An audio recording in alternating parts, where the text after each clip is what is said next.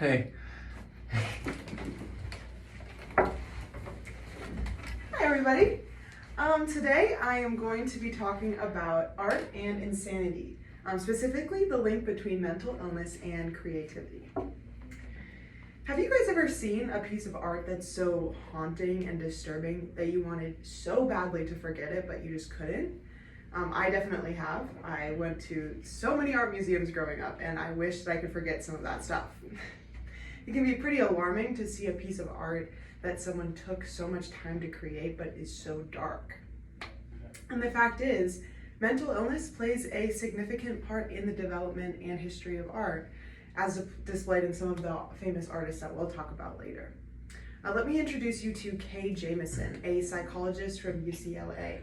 She is a leading researcher in the field of mental illness and creativity and has written several books on it.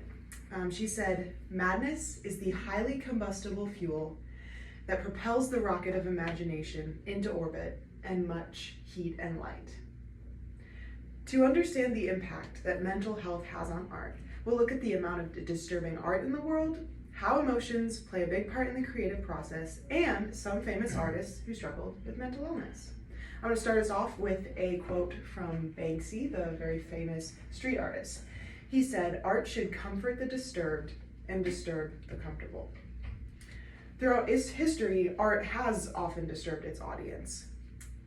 Here we see 4 famous paintings by well-known artists that are unsettling and disturbing. Most popular is The Scream by Edward Munch. So the content of art can take several different forms that disturb people. So sometimes artists take a disturbing subject like war or disease and then use it to reflect on the state of the society that they're a part of. So a lot of incredible works of art came out of the 2 world wars. Artists paint or create what they see, and if their life is being consumed by pain and suffering, that's often going to be the content of their art. Other times, artists will take a normal subject and distort or twist it into something disturbing for shock value or like as commentary. So this was especially popular in the surrealist art movement.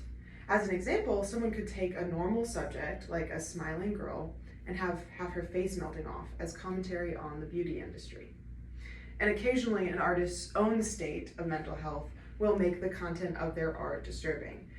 So the tortured artist is a trope that has been romanticized in culture, but it has real implications for many individuals who are creative struggling with mental illness, and it can be really dangerous to assume that this is merely a trope and not something individuals actually struggle with.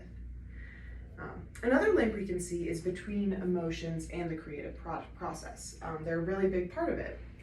So like Jamison said, artists are their moods, just like scientists are their minds.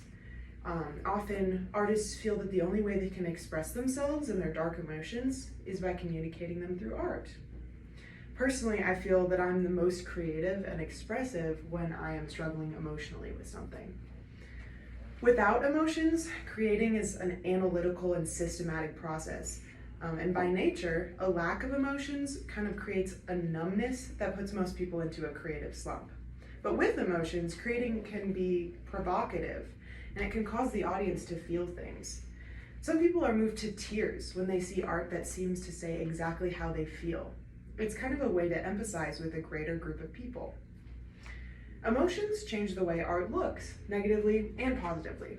So we can follow the emotional ups and downs of artists by observing their art. Some of them incorporate new colors depending on their season of life, and some of them use darker themes and figures during rougher times in their lives. So many famous artists, both visual and musical, are known for the way that their mental illness affected their art. The first is Vincent van Gogh. He struggled with manic depression throughout his life, which eventually led to him taking his own life in 1890.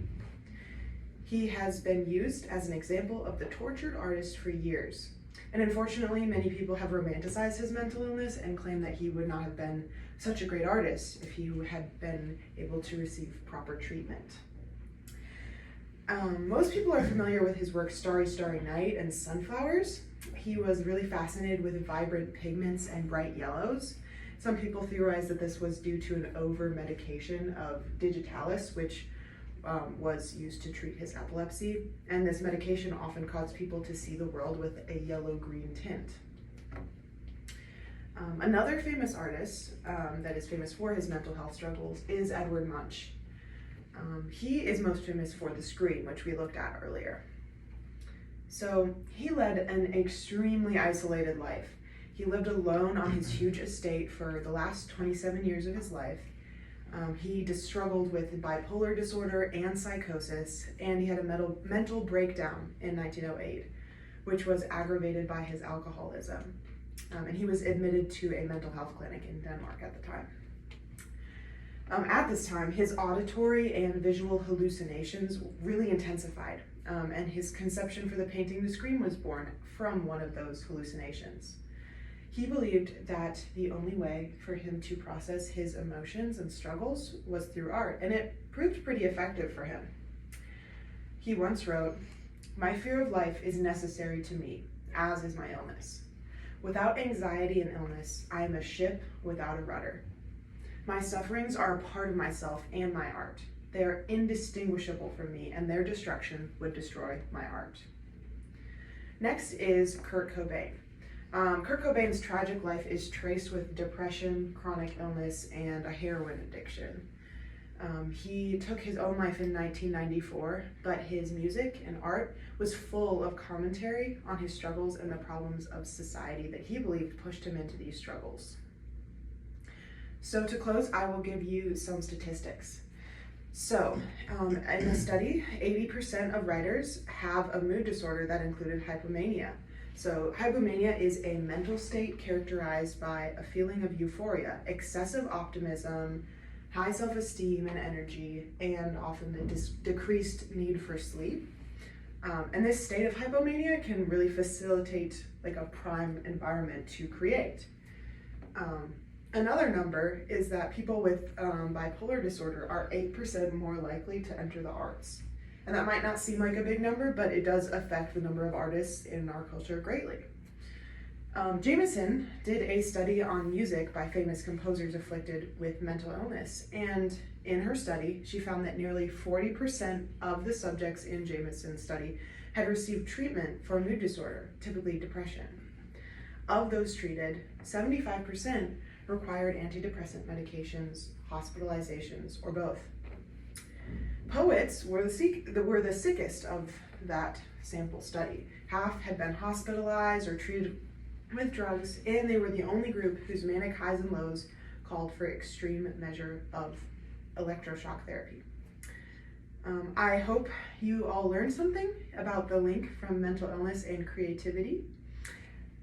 Thank you for coming.